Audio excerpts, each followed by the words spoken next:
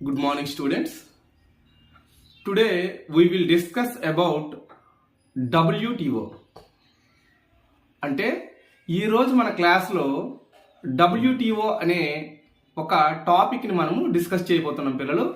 అయితే దీనికి సంబంధించి WTOని మనము విస్తరిస్తే అంటే WTO stands for world trade organisation.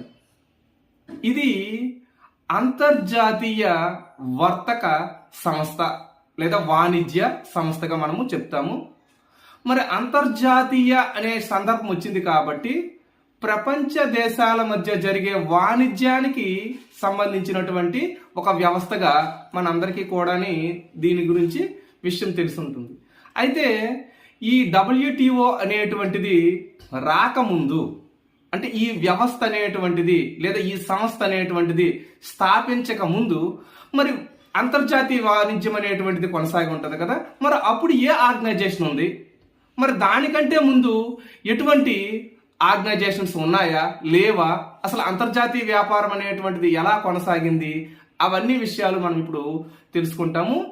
దీనికి సంబంధించి మన ఈ WTOలో ఫస్ట్ హెడ్ వచ్చేసి ఏంటంటే historical background of international trade.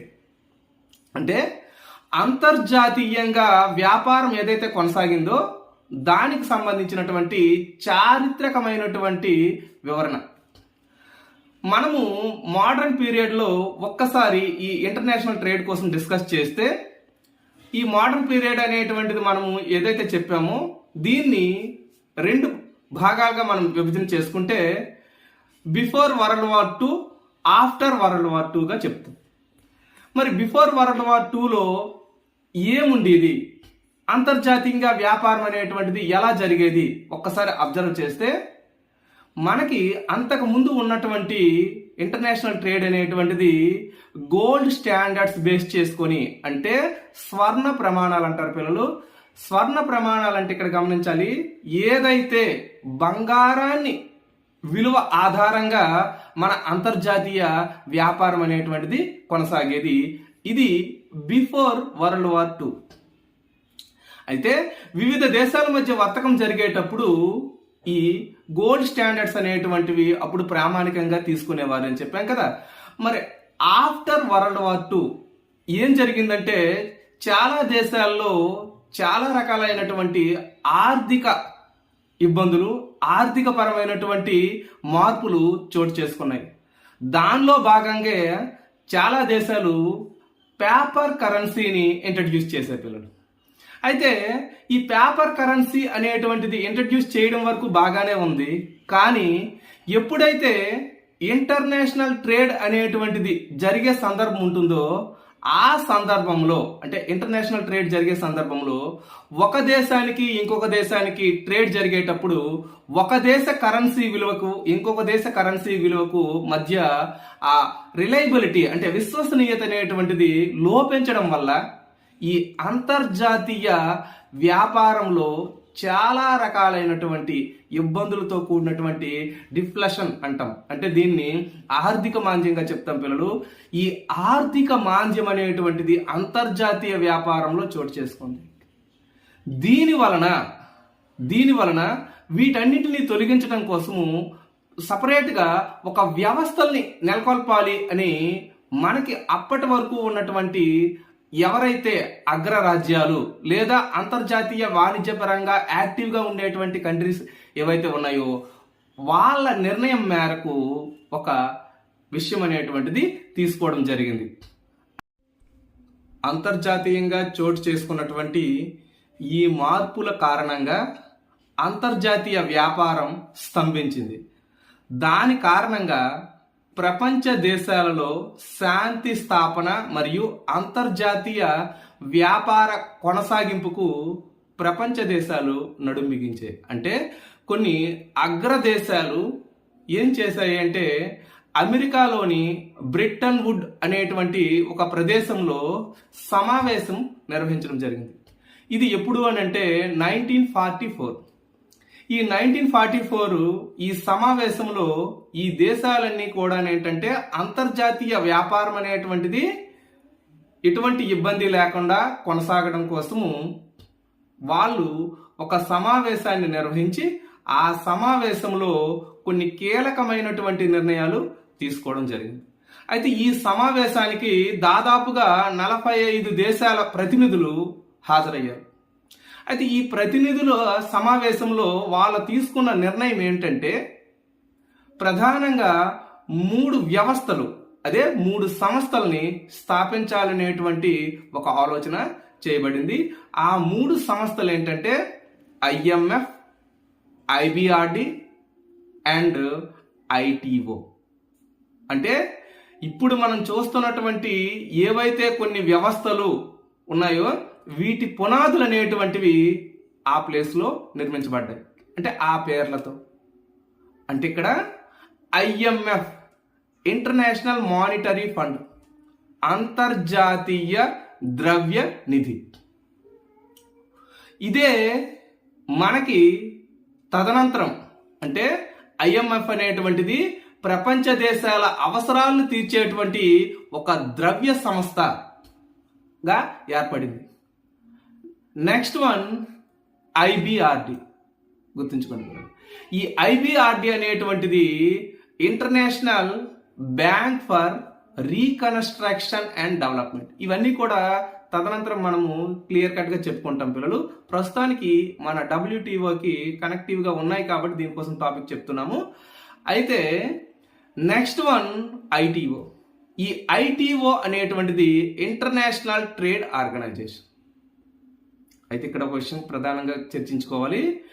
IMF అనేటువంటిది చూడండి పిల్లలు, IMF అనేటువంటిది ఏదైతే ఈ సమావేశంలో నిర్ణయం తీసుకున్నారో దీని స్థాపన, IMF అండ్ IBRD స్థాపన అనేటువంటిది 1945 అంటే 1944లో సమావేశం జరిగింది. 1945లో దీన్ని ఎగ్జిక్యూషన్ అనేటువంటిది స్టార్ట్ అయింది. అంటే IMF అండ్ IBRDని మనము బ్రిటన్ వుడ్ కవలలు అని పిలుస్తాం పిల్లలు. అంటే బ్రిటన్ వుడ్ కవలలుగా ఈ 2 సంస్థల్ని మనము చెప్పుకోవచ్చు. అయితే ఇవి ప్రధానంగా ఏం జరుగుతున్నాయి, అంతర్జాతీయ వ్యాపారానికి వర్తకానికి ఎటువంటి హెల్ప్ చేశాయి అంటే అవసరమైనటువంటి వాణిజ్యపరమైనటువంటి నిధులు సమకూర్చడం, నెక్స్ట్ ఏ దేశాల మధ్య ఏదైనా సమస్యలు ఉంటే ఆ సమస్యల పరిష్కారానికి అవసరమైనటువంటి ఒక వ్యవస్థ తదనంతరం ఇంటర్నేషనల్ ట్రేడ్ ఆర్గనైజేషన్ పేరుతో స్థాపించడం జరిగింది. అయితే ఇన్ బిట్వీన్ చూడండి పిల్లలు, అంటే ఈ ఇంటర్నేషనల్ ట్రేడ్ ఆర్గనైజేషన్ అనేటువంటిది 1948 అయితే మనకి 1945లో IMF అండ్ IBRD అనేటువంటిది స్థాపిస్తే ఈ మధ్య కాలంలో ఇంకొక ప్రధానమైనటువంటి ఒక ఇన్సిడెంట్ అనేటువంటిది చోటు చేసుకుంది. అదేంటంటే 1947, గుర్తుంచుకోండి పిల్లలు, 1947లో ఈ అంతర్జాతీయ వ్యాపార కొనసాగింపులు లేదా నిరాటంకంగా జరగటానికి ఏవైతే కొన్ని దేశాల సమావేశాలు నిర్వహించడం ద్వారా గాట్, చూడండి పిల్లలు, ఈ గాట్ని మనము ఎలాబరేట్ చేసుకుంటే general agreement on trade and tariff. ఏదైతే ట్రేడ్, ఇంటర్నేషనల్ ట్రేడ్ అనేటువంటిది జరుగుతుందో ఆ ట్రేడ్లో టారిఫ్ యొక్క ఇంపార్టెన్స్ చాలా కీలకంగా ఉంటుంది పిల్లలు. ఏంటంటే ఒక దేశము ఇంకొక దేశం వస్తువులపై విధించేటువంటి పన్నులు, అలా వివిధ దేశాలలో విధించబడేటువంటి ఈ టారిఫ్స్ ఏవైతే ఉన్నాయో వాటికి సంబంధించి మెంబర్ కంట్రీస్ ఏవైతే ఉన్నాయో వాటి మధ్య కుదిరినటువంటి ఒక అగ్రిమెంట్ గాని మాత్రమే ది గ్యాట్ని చూడాలి. అంటే GATT is nothing but an agreement between the member countries అంటాం. అంతే తప్ప దీనికి సంబంధించి ఎటువంటి ఒక వ్యవస్థీకృతమైనటువంటి ఒక ఆర్గనైజేషన్ అనేటువంటిది ఏర్పాటు చేయబడలేదు. అయితే ఈ గ్యాట్ అనేటువంటిది మనం ఇంతకుముందు చెప్పినటువంటి ఒక విషయం గుర్తుంచుకోండి పిల్లలు, ఏంటి, 1945లో మనకి ఇక్కడ IMF, IBRD అనేటువంటిది స్టార్ట్ చేశారని చెప్పాము. దాని తర్వాత 1948లో ITO, ఇంటర్నేషనల్ ట్రేడ్ ఆర్గనైజేషన్. దీని మధ్య కాలంలో ఈ గ్యాట్ అనేటువంటిది వచ్చినప్పటికీ 1947లో వచ్చినప్పటికీ అప్పటి నుంచి మనకి WTO ఎప్పుడు 1995 ఆ రోజు వరకు కూడాని ఈ గ్యాట్ అనేటువంటి పేరుతో దాంట్లో ఉన్నటువంటి మెంబర్ కంట్రీస్ కొన్ని రౌండ్ల రూపంలో సమావేశాలు అనేటువంటివి ఏర్పాటు చేసుకొని ఆ మెంబర్స్ కంట్రీస్ మధ్య ఇంటర్నేషనల్ ట్రేడ్ జరిగేటప్పుడు ఎటువంటి ఇబ్బందులు తలెత్తకుండా వాళ్ళు నిర్ణయాలు తీసుకోవడం అనేటువంటిది జరిగింది. అయితే గ్యాట్ అనేటువంటిది ఎస్టాబ్లిష్ చేసే నాటికి, అంటే ఏదైతే 1947 అంటున్నామో ఆ రోజు ఆ గ్యాట్ అగ్రిమెంట్ మీద సైన్ చేసినటువంటి కంట్రీస్ 23. అయితే అక్కడ నుంచి మనకి WTO ఎస్టాబ్లిష్ చేసేటువంటి ముందు రోజు వరకు కూడాని ఈ గ్యాట్ యొక్క సభ్యత్వాలు అనేటువంటివి రాను మెంబర్ కంట్రీస్ కి వాటి యొక్క ఇంపార్టెన్స్ తెలిసి దాంట్లో సైన్ చేయడం అనేది జరిగింది. అలా గ్యాట్ అనేటువంటిది తన ఎండింగ్ స్టేజ్కి వచ్చేటప్పటికి తన మెంబర్ కంట్రీస్ 128 మెంబర్ కంట్రీస్ ఈ గ్యాట్ లో సభ్యత్వం అనేటువంటిది ఉండేటువంటి సందర్భం ఉంది.